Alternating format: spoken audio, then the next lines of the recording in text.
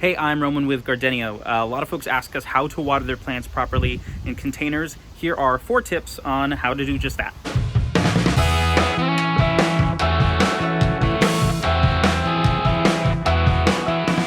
Tip number 1 would be to water the soil and not the leaves. When you water the leaves, especially if they're in a shady place, there's a high chance that some kind of fungus could emerge and actually damage the plant in some meaningful way. You'll want to angle toward the bottom, lift any leaves. If they're kind of hanging around, there may be some that are actually just kind of chilling there at the bottom. You can feel free to pick those if you want, make it easier for yourself. Otherwise, just try and maneuver around them. So the second tip is to water slow and deep. So what does it even mean, right? And all that means is that, firstly, don't throw your water pressure all the way high and point it at your plant. Not only could you damage the plant if it's a little fragile, but you can spread a bunch of water all over and around that to other plants. If your plant is diseased, that can spread that disease.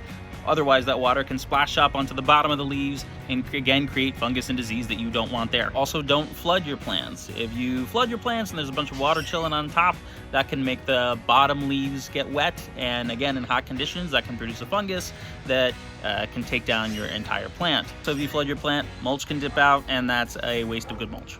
And if you're not going to flood it with water all at once, that means you need to do less water over a longer period of time.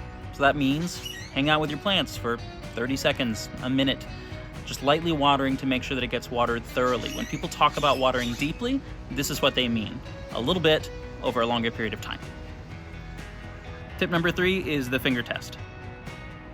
All that means is put your finger in an inch or 2, and if you take it out and it's wet, that means you're fine. If it's still dry, that means you need to hang out with your plants a little bit longer, water a little lighter and a little more slowly and thoroughly, and you'll be fine.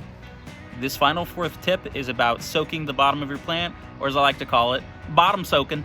If your plant has really dried out, if you've kind of neglected it for a few days and it's just kind of bone dry and it's not supposed to be, and your plant's really struggling, what you can do is take the container, no saucer, and put it into a shallow dish.